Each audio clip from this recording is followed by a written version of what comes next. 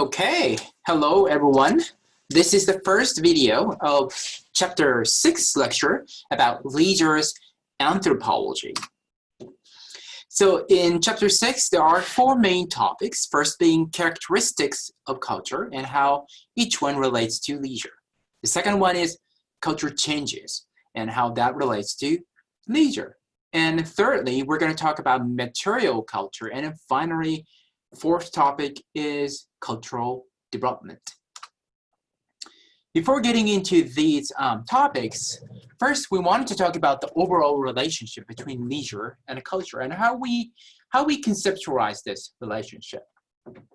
And chapter and me personally, we agreed that basically when we talk about leisure anthropologically, we're interested in how leisure and human societies or cultures are reciprocal forces in such a way that they kind of feed into each other, they impact each other. Obviously, culture is a bigger thing. Like in this diagram, you can see the blue culture has a bigger, broader context, right? Of course, culture can include leisure, such as sports culture, for example. But at the same time, culture has non-leisure things, such as work culture, right? So culture is a big thing. In it, leisure is embedded, usually. But how people do leisure, for example, or changes in a leisure will impact culture, overall culture. And then changes in a culture also impact leisure as well. So it's reciprocal, it goes both ways. And defining culture is very, very difficult. It's as difficult as defining leisure itself too. If you actually look at the different disciplines, there are several different disciplines that focus on a culture as an academic topic. Of course, anthropology, some of the archaeology, sociology, culture studies, media studies. I mean, there are so many other things, but also culture psychology. They all study culture to an extent and then define. There are literally hundreds of definitions of culture in academic literature across disciplines. And we know, there's actually a paper about that, like hundreds of different definitions across disciplines of culture. Now, in this chapter and in this course, RLS 100, we tentatively define culture as the set of distinctive, so it's very identifiable, spiritual, material, intellectual, emotional, features of society or group of people. And leisure is definitely one part of that, and that's expressed in, for example, this one is haka. It's a very spiritual, it's not dance per se, but a ritualistic sort of singing, shouting, and group behavior, collective behavior that is very common in New Zealand, as well as some of the Australian indigenous populations, people, as well as some of the athletes specifically as well. In this video, there's this man, as well as several players from New Zealand rugby team called the All Blacks. And they will talk about, they perform haka, especially before a national game, any national game. And the meaning of it, the cultural significance of it, they talk about that. So I want you to take a look at that. It's 4 minutes. It's very interesting video too. And observe how their description of haka relate to not just the culture as a knowledge and behavior, but also their spiritual aspect, as well as emotional aspect of the culture. So really, this is a great example haka is that represents the definition that we just talked about, right? As well as the relationship between leisure and culture, right? So I'm gonna go next slide. There we go. And in this chapter, we will talk about 5 characteristics of culture. Culture is shared, culture is learned, culture is integrated, and finally, culture uses symbol. And of course, culture is dynamic, and that's a 5th characteristic. But this is really about the next section about the culture changes. So we really focus on the first 4 and how each one relates to leisure. The first being culture is shared, that the values and standards of behaviors are held in common in a given culture. Probably it sounds kind of obvious, like self-evident to you, but this is exactly why our actions, something related to sometimes leisure, are understandable to each other. It just makes sense. But this is such a fundamental thing in our culture, so we just take it for granted. For example, in this picture, do you know what this game is called? I think in English it's called charade. Yeah, the idea is, and you know, the similar things exist in many societies and culture. The idea is that this one person in front, one man, he's the person who has a topic in mind, and will try to communicate that topic, whatever thing or idea or animal or whatever that might be, to the rest of the group, not without using languages. Okay, so the body mostly, and the rest of the people have to guess what that is. It's funny because some people just have no clue of, you know, just move funny or whatever that might be, and it's really funny game anyway. But the fact that this game makes sense and, you know, you can play it means that because values and standards, knowledge and experiences and many other things are shared in a given culture. If we don't, this doesn't make sense. And if you ever try to play the charade with international friends, from some of them from Asia, from, you know, Middle East to the Africa to the Europe, try it.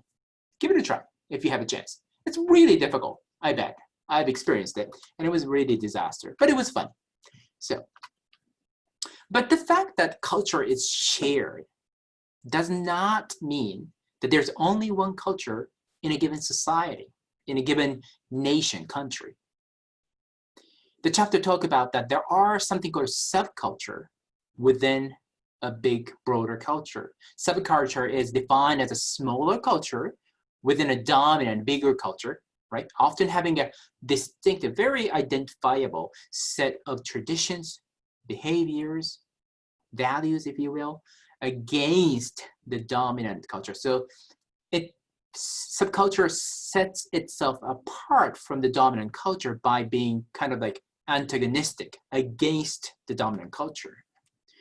For example, vegetarianism, you know, not eating meat, is usually a subculture, more of, in North America. You know, it's just different in a different part of the culture, but the world. Another thing, maybe this picture, music fandom, right? A fan of our very hardcore music genre. For example, maybe a black metal, death metal type of thing, right? But those people who belong to this subculture will start to, you know, subscribe to a certain type of worldview, philosophies, values, and started to do certain kind of behavior, such as, you know, maybe wearing certain type of color and icons, wearing certain kind of makeups or hairstyle, saying certain things, or going to certain events, and of course listening to certain kind of music. Now the question is, does this sounds like what you already learned in this course? It should. Let's start with the S. Serious leisure. And if that connection doesn't make sense, you definitely want to review the concept of serious leisure and make that connection and be able to explain that. The second characteristic of culture is that it's learned. You know, a baby doesn't born into the world knowing all the gestures, right? Just like inviting some people, for example, doing some, you know, bad gesture, that would be very scary, right? So really, culture is learned, and it's, you know, we pass down culture by living it and, you know, using it, basically. Culture is socially inherited. And this process through which cultural understanding is transmitted, you know, communicated to new members. Sometimes it's the next generation, like babies. Sometimes it's people who join the culture, like migrate to the culture, immigrants. That process is called enculturation. And I think there's a good example. It's what is called Hockey Night Canada. That's a TV show. I think it's usually Friday or Saturday night, probably. They basically talk about their hockey events, what happened in the NHL, National Hockey League, and especially this is Canada, Hockey Night Canada, so Canadian teams, like the one in Vancouver Canucks. In Hockey Night Vancouver Hockey Night Canada in Vancouver, there's a Punjabi section to it too. Punjabi, yeah. And it's getting and there's a news coverage saying that there's more and more fun in a Punjabi community enjoying ice hockey, and watching this Hockey Night Canada in Punjabi getting really popular as well. So here what's happening is that obviously Punjabi is not indigenous culture in Canada, but a lot of people from that culture background moved to Canada to an extent. So those immigrants, as well as so they're called the new Canadians, right? And their children started to enjoy ice hockey, maybe playing, but also watching it. Why? Because it's a culture. It's Canadian culture. It's one of the national sport in here. And then that's basically the process of learning and adapting Canadian culture, basically. It's a good example of that too. Or sometimes learning hockey itself, right? How to watch it, how to enjoy it, how to play it. That's part of quote unquote Canadian culture. But more importantly, through maybe watching culture, doing culture, right? Watching hockey, playing hockey, you interact with other people. Maybe at in a club, you talk to your teammate. Or at a sport bar, you're watching hockey, but also talking to other people. And through that, you also learn about other aspects of Canadian culture as well, like how the team works, how the relationship is built. What's the relationship between players and coach, for example? What competitiveness means? What is, for example, in a bar? How do people socialize in general? Those are very cultural information, and you can learn that from this kind of thing. And if you watch this news coverage about Hockey Night Canada in Punjabi, I think that also hopefully clarifies how this can be an example of enculturation. It is also there's a bit of short brief section coverage of the actual Hockey Night Canada in Punjabi. I don't speak Punjabi, but I love the energy. It's powerful, energetic, and it's really fun. The third characteristic of a culture is that it's integrated. There are multiple aspects to any culture, but they're often interrelated to each other, right? So if you make a change in one aspect, it could impact another aspect as well. The chapter talks about the example of the Polish society during the Soviet time. Basically there was a communism in Poland back then too. And they talk about how some of the leisure recreation facilities and their programs, such as museum, art galleries, theater, those things were free and really available to many people in the Soviet time. Actually, there is a fair enough documentation that the communist society in the Soviet time was actually a leisure-rich society in a way. Now that changed very dramatically when a change to the overall culture, which is communism, sort of social, it's a culture, political, economic system changed. Then the leisure recreation facility and programs also changed. It became privatized, commercialized. It wasn't free anymore. Now another similar example is again the Soviet, and it's more current Russia. And there's this documentary called Red Army, and if you're interested in that, I think maybe you can find it online too. Anyway, so this is about Soviet time national team ice hockey and how good it was, basically. Yeah. The director make a connection that how the title is Red Army. So it's almost a military-like mentality, very stoic, a lot of training, for those national team members together. It's like a military boot camp type of thing. They spend a lot of time, like they live together literally, so that they ended up having lots of skills, of course, good, you know, strengths and speed and all that, but also they know each other so that as a play, you know, as a team, they play really, really well. And the director thought that it was one of the, actually, it's one of the best hockey in human history.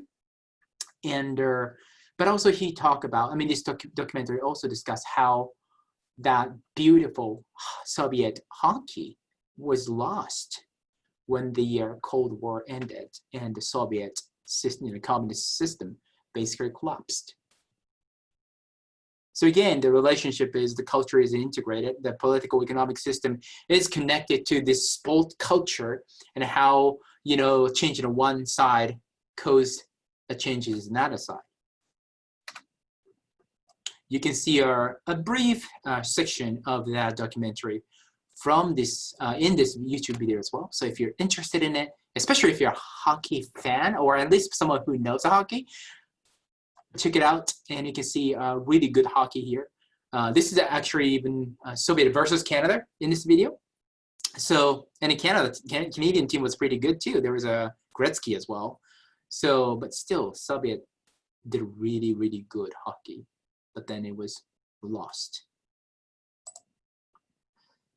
So the fourth characteristic of culture is that culture uses symbols.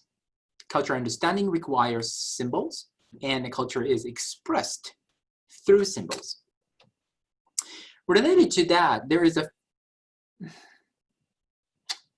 popular idea called the Wolffian hypothesis. Basically what that is that structure of language determines what greatly influences the modes of thoughts and behavior characteristic of the culture.